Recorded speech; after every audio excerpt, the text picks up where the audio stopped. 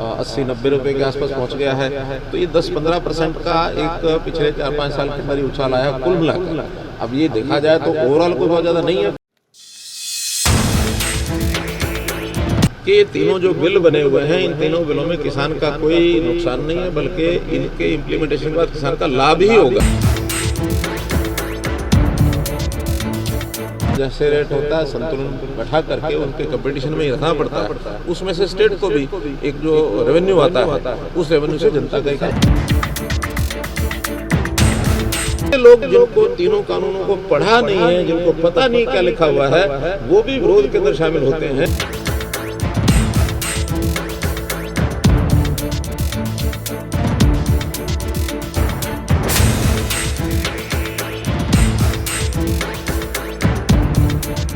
लेकर मीटिंग रही मित्रों, एक ये प्रोजेक्ट काफ़ी दिनों से पेंडिंग पड़ा था। जो अपनी ये कर्ण लेक है, इसका विकास करने के नाते, इसको रिजुविनेट करने के नाते से कुछ सुझाव समय समय आते थे।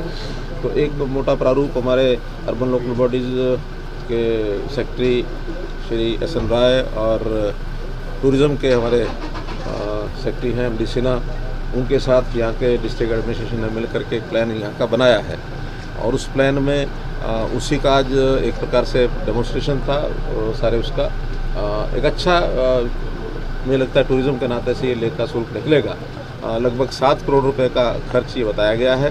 तो इसमें जो भी टूरिस्ट इस नाते से, चाहे करनाल के हों, करनाल से बाहर के हों, हाईवे के लोग हों, उनके लिए अट्रैक्शन कुछ बने, उसके कुछ प्रपोजल बनाए हैं।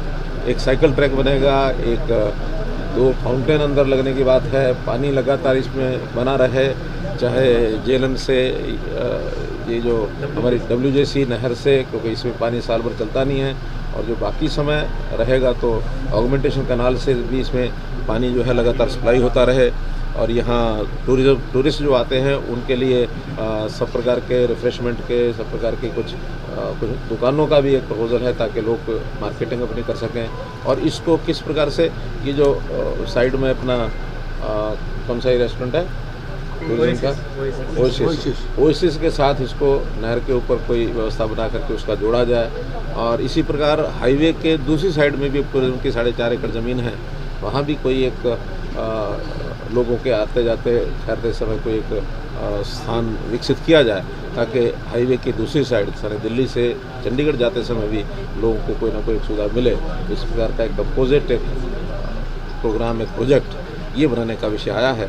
और मैं समझता हूँ एक अच्छा प्रोजेक्ट 1 साल के अंदर खड़ा हो जाएगा। सर, पेट्रोल डीजल के दाम लगातार बढ़ रहे हैं और आम जनता आप लोगों से उम्मीद कर रही है, यानी कि सरकार से उम्मीद कर रही है, किस तरीके से देखा जाए? देखिए, क्योंकि ये कोई अपने देश के अंदर तो पेट्रोल डीजल होता नहीं है, आखिर ये सारी चीज़ें अधिकांश इसमें से इंपोर्ट होता है। और इंपोर्ट होने के बाद उसके ऊपर कुछ ड्यूटीज़ भी होती हैं सेंट्रल गवर्नमेंट की, उन सब ड्यूटीज़ को मिला करके, और मार्केट के हवाले ये सारी चीज़ें हैं। डेली अप डाउन होता है, कभी महंगा भी होता है, कभी सस्ता भी होता है। चूँकि आज से 4 साल 5 साल में ये 70-80 रुपये से लेकर के, और कभी डाउन भी गया था, और अब ये 80-90 रुपये के आसपास पहुंच गया है। तो ये 10-15% का एक पिछले 4-5 साल के अंदर ही उछाल आया कुल मिलाकर। अब ये देखा जाए तो ओवरऑल कोई बहुत ज़्यादा नहीं है, फिर भी हर जो पैसा जेब से किसी से निकलता है, आखिर हमारी भी इच्छा होती है कि ना निकले, कम रहे, तो उसके ऊपर नज़र तो रहती है सरकारों की। फिर भी सरकार का जो रेवेन्यू होता है, वो रेवेन्यू अगर किसी भी चीज़ में लिया जाता है, वो जनता के हित में ही आता है काम। अगर इसमें से मानो रेवेन्यू कल को वैट अथवा एक्साइज ड्यूटी कम की जाती है, थोड़ा सस्ता होता है, तो वो पैसा जनता के जो काम आने वाला है वो काम नहीं आएगा। तो ये सारी चीज़ें संतुलन बैठाने के लिए केंद्र सरकार हमेशा इसके ऊपर नज़र रखती है। और ये जो कि केंद्रीय नीति से ही सारा चलता है। स्टेट्स का जहाँ तक विषय है, हमारा वैट बाकी स्टेट से काफ़ी कम है। हमारा वैट इतना ज़्यादा नहीं है कि हम इसको और कम करेंगे। तो बाकी जगह पर जैसे रेट होता है संतुलन बैठा करके उनके कंपटीशन में ही रखना पड़ता है, उसमें से स्टेट को भी एक जो रेवेन्यू आता है उस रेवेन्यू से जनता का ही काम। भर्ती जो हुई है उसके कारण काफी विवाद चल रहा है, लगातार बयानबाजी हो रही है।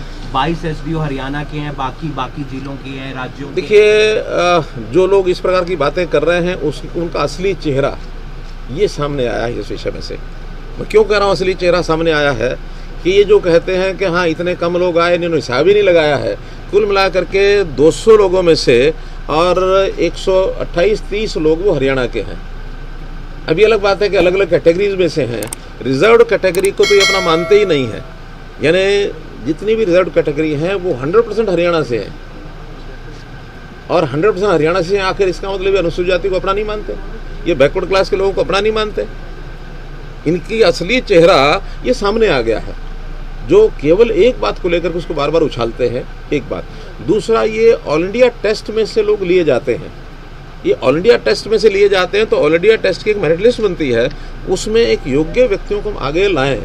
उसमें हमने कहीं नहीं कहा कि हरियाणा के लोग कम आने चाहिए, बाकी ज़्यादा नहीं चाहिए। सारे देश के लोगों में से लोग लिए जाते हैं। उसके अंदर हमारा रिजर्वेशन का अलग से कोटा है, वो पूरे के पूरे 100% लिए जाते हैं। इसलिए अगर हिसाब लगाना तो टोटल का लगाएं। लगभग 200 लोगों में से 100 से ऊपर लगभग 130 लोग हरियाणा के हैं। एकदम एग्जैक्ट संख्या मुझे ध्यान नहीं है, लेकिन 70 के आसपास ही बाहर के हैं। आप टोटल लिस्ट अपने उठा करके देखिए। किसान लगातार महापंचायतें कर रहे हैं हरियाणा में, किस तरह देखते हैं? हाँ जी, किसान लगातार महापंचायत कर रहे हैं लगातार हरियाणा के अंदर।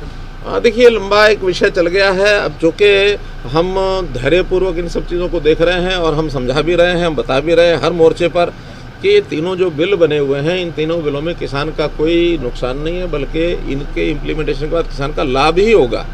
और चूँकि अब इनकी इम्प्लीमेंटेशन हुई नहीं है, हमने ये भी कहा है कि इम्प्लीमेंटेशन होने के बाद किसी भी विषय को लेकर के किसान का नुकसान होता है तो हम हमेशा तैयार हैं उन चीज़ों को विड्रॉ करने के लिए। हमारे कहने से भी पहले केंद्र सरकार ने कह दिया कि आप इसमें बताइए क्या गलत है, जो आप बताएंगे गलत है उसको ठीक करने के लिए 24 घंटे हमेशा हम तैयार हैं। लेकिन एक पॉलिटिकल एंगल को लेकर के, एक पॉलिटिकल सपोर्ट को लेकर के, जिस प्रकार से एक यानी भारतीय जनता पार्टी और इसके साथ जुड़े सब लोग एक तरफ और बाकी सब लोग एक तरफ, ऐसे लोग जिनको तीनों कानूनों को पढ़ा नहीं है, जिनको पता नहीं क्या लिखा हुआ है, वो भी विरोध के अंदर शामिल होते हैं। तो इसका मतलब ये कि किसान का विषय नहीं है ये विषय। किसान नेता भी जो पॉलिटिकल एंगल से जुड़े हुए हैं वो इसको देखते इस प्रकार से देखते हैं। आखिर नहीं तो अन्यथा क्या कारण है? लोकतंत्र है, लोकतंत्र में हर किसी को अपनी बात कहने का अधिकार होता है। कौन सा ये लॉजिक इनके पास है कि हाँ इस पार्टी के लोग वो नहीं आएंगे, बाकी पार्टियों को लोग आते रहेंगे? इसका मतलब है कि लोकतंत्र पर भी एक बड़ा प्रश्न चिन्ह इन लोगों ने खड़ा किया है, लोकतंत्र को चैलेंज दिया है। ये किसी भी कारण से न तो किसान हित में है, न जनता के हित में है, न किसी पार्टी के हित में है। कुल मिलाकर के मर्यादाओं को ध्यान रखना चाहिए। लोकतंत्र के ऊपर हमारा देश, हमारी लोकतंत्र व्यवस्थाएं, इनको मजबूत करना ये हर किसी का काम है, चाहे वो सरकार हो, चाहे विपक्ष हो, चाहे जनता का कोई वर्ग हो। लोकतंत्र को अगर बचा कर रखेंगे तो हम बहुत अच्छे प्रकार से अपने जीवन को आगे बढ़ा सकते हैं।